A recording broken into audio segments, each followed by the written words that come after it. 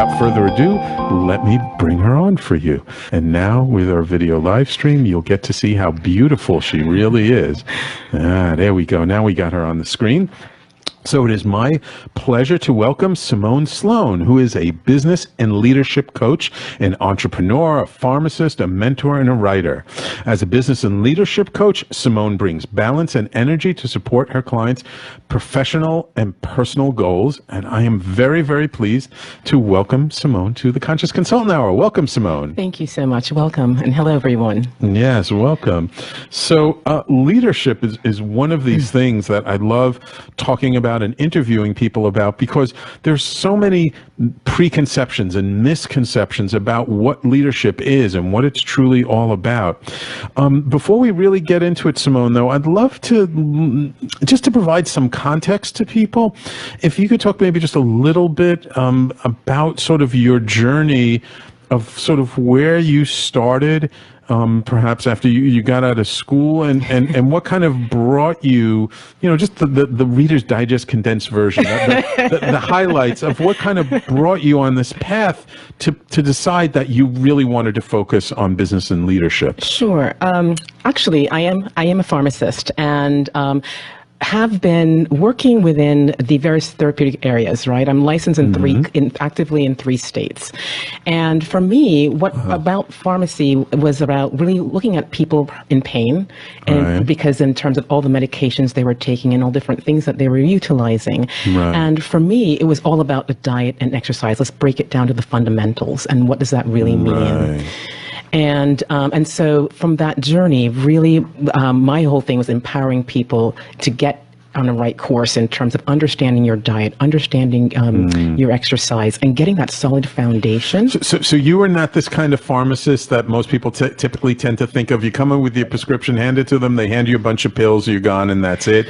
You were really more interested in, like, how can we prevent people from having to need to use these pills every day? Absolutely. And that was one of the key things for me, because for me, yes, they had a whole litany, a tray of medications. And if you step back a little bit and just talk to them and really have them understand the impact of what they're doing, not only to their lives, but their families' lives, and the ripple effect that could potentially have, bringing that awareness. That was one of the key things for me.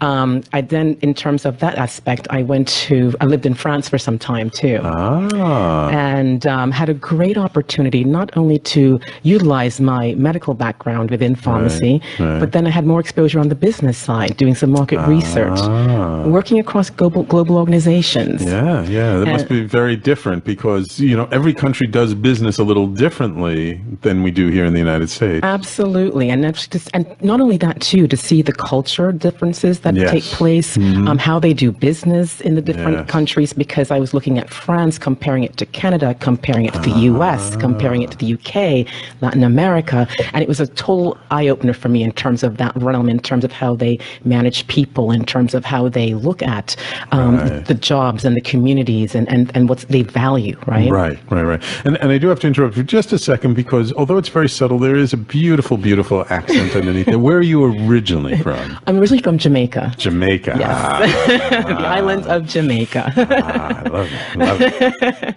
Yes. And then from there, really, once I had that experience working in France, then came back to the United States and got my MBA, and was really propelled into marketing to consumers, marketing to healthcare professionals, marketing to the payers on the insurance side, and really showing the transferable skills within the medical, the commercial, and being able to utilize all those skills to really understand, kind of see the good, the bad, and the not so, and the indifferent, in terms of different management styles. What propelled me to go into coaching was I was looking for my next act. I was looking for, in terms of the impact that I wanted to leave on others positively, and then also in terms of what that legacy would look like. And I stepped back a bit and did a year course for my coaching training. And came back with this. Then I ended up with this huge gift, and something I wanted to share. utilizing some of the market research aspects of it, saying where was I going to actually fit in terms of where would I add the most value within this whole coaching run? Because you think coaching, it spans the gamut, right? Right. But I had this great experience in not only being an entrepreneur myself, but also working within organizations, and then really seeing the need in terms of where entrepreneurs are going and what they want to do. That's where I said I'm really committed to partnering with these entrepreneurs and small business owners to really create that solid foundation, helping them with those business strategies so that they can flourish, have the success, and really thrive. Wonderful. So, wonderful. That's how my journey. Great. Okay, so it's time for us to take our first break. I also want to welcome our live stream Facebook people. I see a couple of friends have joined. Freddie, good to see you listening in, Freddie and Barry. And we've had a few views already.